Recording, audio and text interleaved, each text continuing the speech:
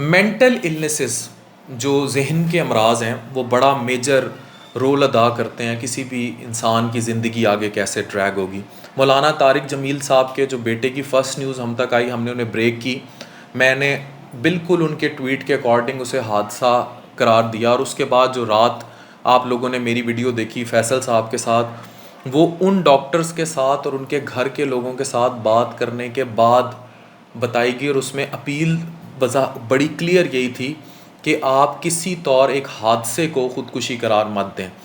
Clearly कुछ ऐसे वाक़यात हो चुके हैं जिसमें डॉक्टर अज़हर जो कि ख़ुद एक साइकेट्रिस्ट थे, फिर जहांगीर तरीन साहब के भाई का जो वाक़या था वो भी मेजर डिप्रेशन से था, और फिर मैं इसको किसी तरह कोई और नाम नहीं देता, हादसे का ही नाम देता हूँ जो मौलाना तारिक जमील साहब ने दिया। वाक़ये की डिटेल्स आप तक आ चुकी हैं, डिटेल्स मेरे पास बहुत पहले थी रात की पहली वीडियो तक जो थी मेरे पास ये डिटेल्स थी, और जब मैं आपने मेरी दूसरी वीडियो देखी उसमें क्लियरली मेरे पास इस टाइम फ़ोन पे हैं डॉक्टर रिजवानुल हक हसनैन सिद्दीकी साहब। ये FCPS साइकेट्री हैं और ये इन डिसऑर्डर्स को बड़ी अच्छी तरह समझते हैं।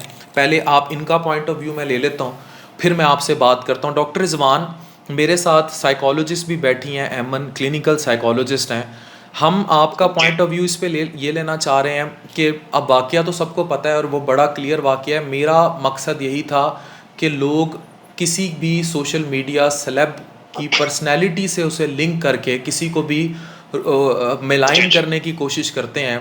इतने बड़े मजहबी स्कॉलर जिनके इस कौम पे बड़े एहसानात हैं, उनको मिस ड्रैग किया गया, और इसीलिए मैंने वीडियो बना के उस चीज़ को किल किया और उनकी सपोर्ट में दुआओं की अपील की, दुआ की।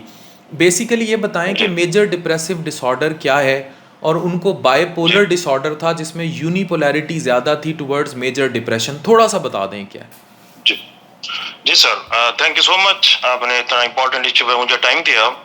सीवियर डिप्रेशन में बहुत ज़्यादा उदासी होती है, मायूसी होती है, होपलेसनेस होती है, और बंदे का जीने का दिल नहीं करता, डेथ विशेस होती है, सुसाइडल आइडिएशंस होती हैं और मल्टीपल अटेम्प्ट्स होती हैं।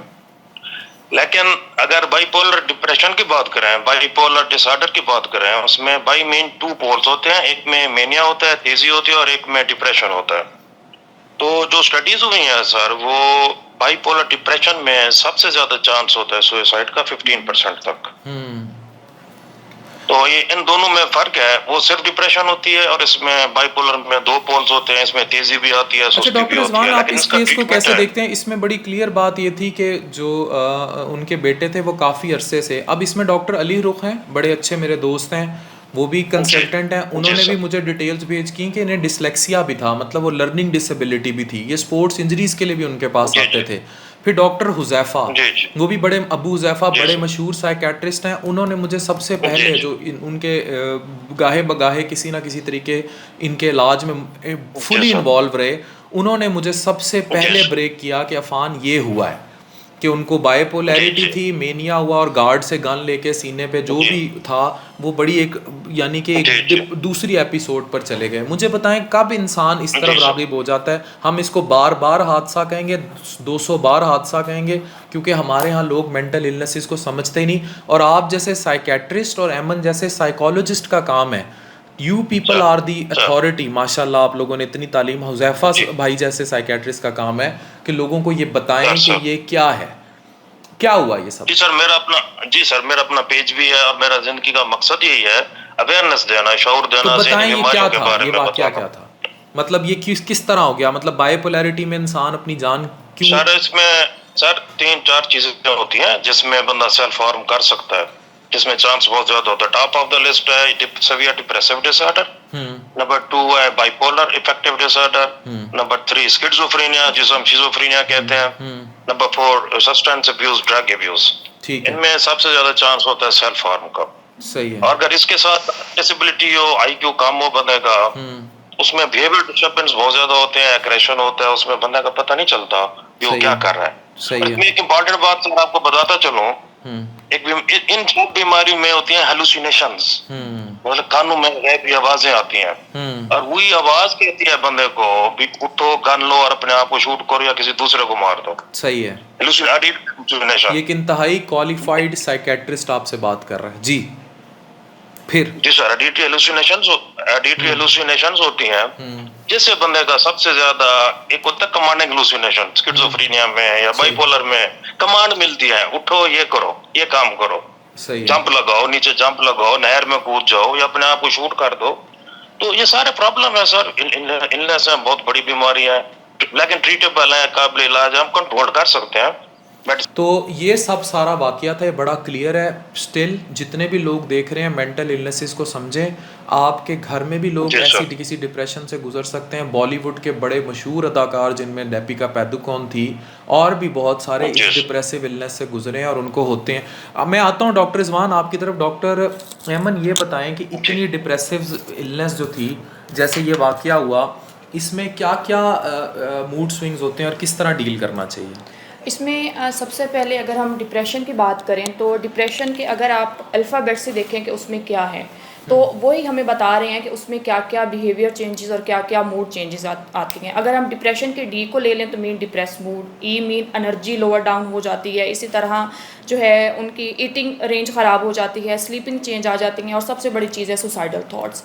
और जिस वाक़े पे हम बात कर रहे हैं तो अगर उनके अंदर बाईपोलर था तो जैसे हमें डॉक्टर साहब ने भी बताया कि इसमें इंस्ट्रक्शंस मिलती हैं उस इंसान को जो कि हेलुसिनेशंस होती हैं, ऑडिटरी होती हैं, विजुअल होती हैं, जिसमें उसे बिल्कुल ऐसा ही फील हो रहा होता है कि मुझे कोई और इंस्ट्रक्ट कर रहा है, प्रॉपर्ली मेरी लाइफ को कंट्रोल कर रहा है। ये एक साइकोसिस की स्टेट है, ठीक है, जो कि हमारे पास अभी तक भी इस हद तक ट्रीटेबल नहीं है, बट मैनेजेबल ज़रूर है, क्योंकि ये साइकोसिस की स्टेट्स ऐसी स्टेट्स होती हैं जिसमें आपका जो ब्रेन है वो एक हद तक उसमें चेंजेस आना शुरू हो जाती हैं, ब्रेन के स्ट्रक्चर के अंदर भी।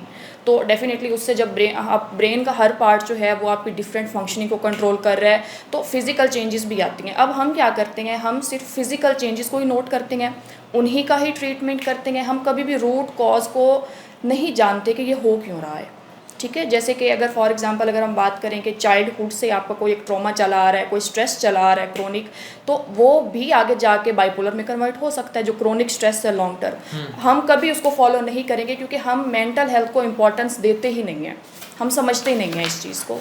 तो डेफिनेटली इन सारी चीज़ों से निकलने के लिए, फिज़िकली भी फिट रहने के लिए हमें सबसे पहले जो है वो मेंटली फिट होना होगा। तारिक जमील साहब का आप ट्वीट पढ़ सकते हैं, इन्होंने इसे हादसा करार दिया, मैं भी इसे हादसा करार दूंगा। मैं वो तमाम लोग जो स्वीयर मेंटल डिप्रेसिव डिसऑर्डर में जाकर किसी भी तरह एक हादसे का शिकार हो जाते हैं, वो हादसा ही होगा, हादसा ही रहेगा। डॉक्टर रिजवान, एक लास्ट कमेंट लूँगा।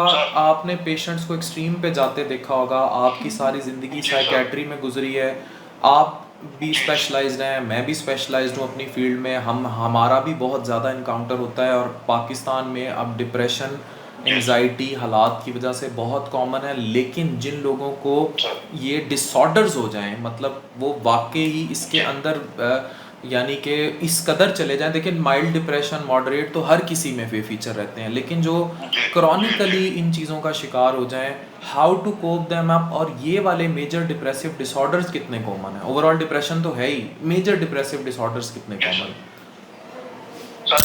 बहुत कॉमन है पाकिस्तान में। अगर प्रीविलेंस देखा जाए तो 35% डिप्रेशन और एंजाइटी वगैरह हम इकट्ठा करें, 35% प्रेविलेंस, 100 में से 35 बंदों को है जो जिन्हें ट्रीटमेंट की जरूरत है।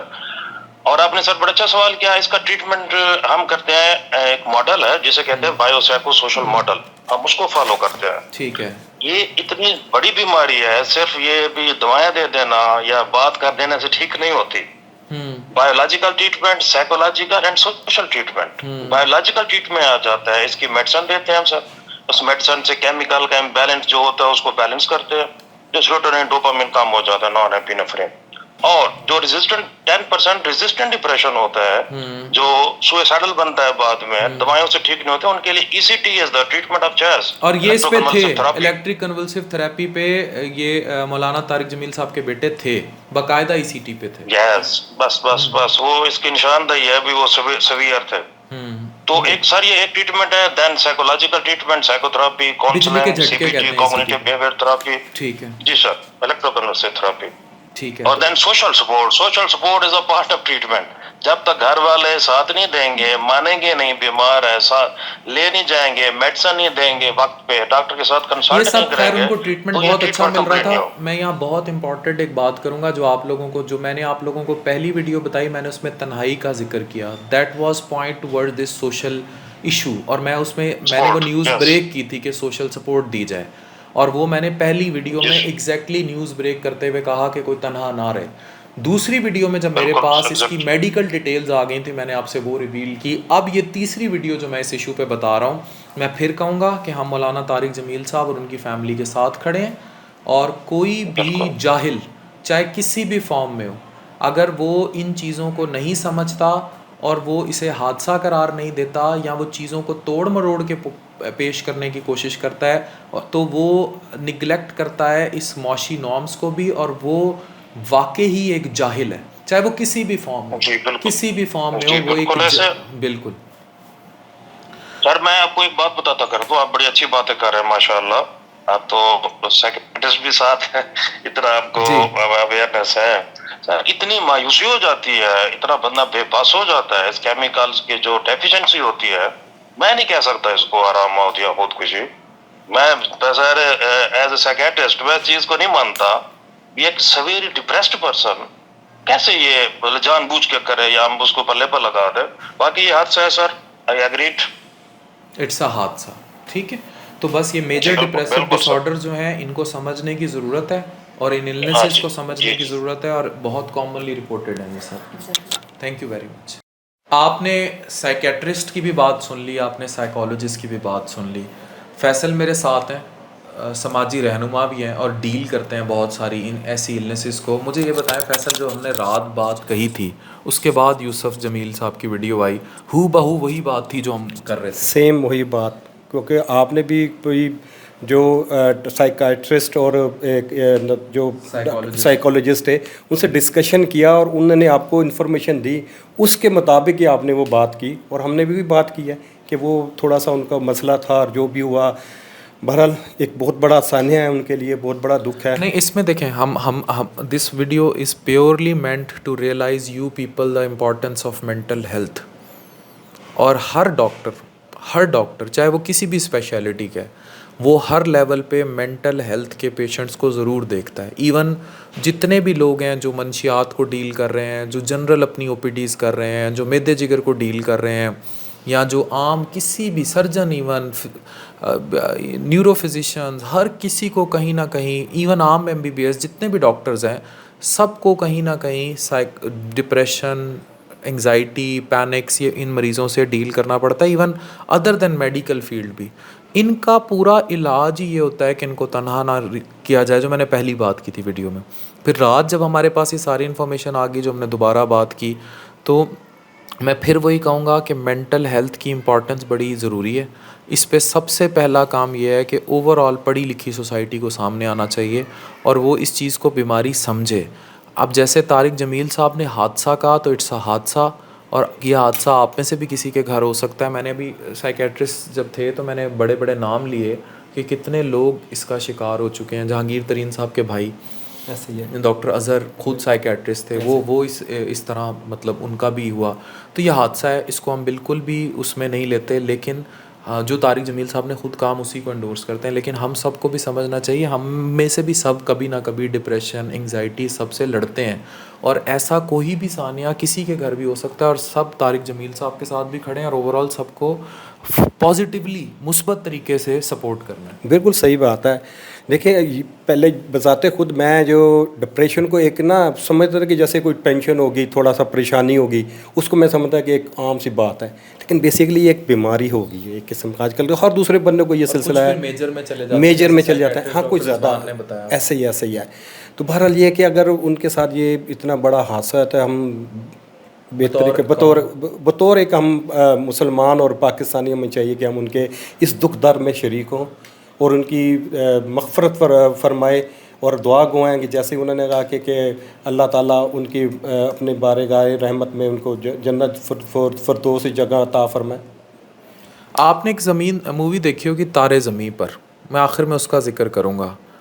अगर वो बच्चा सोशली सपोर्ट ना किया जाता और उस तरह ना संभाला जाता और वो कल को, जैसे उसे भी डिसलेक्सिया था, इस बच्चे को भी था, और वो बड़ा हो जाता है और वो फ्यूचर में किसी ऐसे हादसे का शिकार हो जाता है, तो अगर आपके घर ऐसा कोई बच्चा होता है, बाज़ औक़ात ऑटिस्टिक चाइल्ड होते हैं, ऑटिज़म का शिकार बच्चे इतने एग्रेसिव होते हैं, तो उसको आप क्या नाम देंगे और उसकी फ़ैमिली के साथ क्या करेंगे? उसे आप हादसा कहेंगे और उस फैमिली के साथ जाके ऐसे खड़े हो जाएंगे जैसे आपकी अपनी फैमिली है। औलाद से कीमती कोई चीज़ नहीं होती। Smallest coffins are most heavy ones. खुदारा इन्ना लिल्लाहि व इन्ना इलैहि राजिऊन। तो तारिक जमील साहब हमारे लिए बहुत रिस्पेक्टेड, मोहतरम, काबिल एहतराम हैं और उनकी फ़ैमिली के साथ हमारी फुल सपोर्ट है। यही बात मैंने जो रात वीडियोस थी हमने कही, बेशक ऐसे ही बात, सेम यही बात हुई थी। और फिर जब यूसुफ साहब की वीडियो आई वो भी हुई थी। और इतने दुख की बात है, बिल्कुल यंग लड़का था, एक उसके साथ हादसा हुआ और वो अल्लाह ताला ने बस उसकी, समझ लें कि अल्लाह का बुलावा आ गया। हम तो एज ए मुसलमान यही कहते हैं कि अल्लाह ताला का उनका बुलावा आ गया। बहुत बड़ा दुख की बात है। और आप देखें कि मौलाना तारिक जमील साहब कैसे अजीम इंसान है हमारे लिए, पूरी मुसलमान के लिए, पूरी हम पाकिस्तान के लिए। तो बड़े दुख के साथ है, मैं तो खुद यकीन करें बड़ा ही इस चीज़ को फील किया कि वो भी हमारे बच्चों की तरह। सोशली इन चीज़ों को हमें समझना चाहिए। Thank you very much.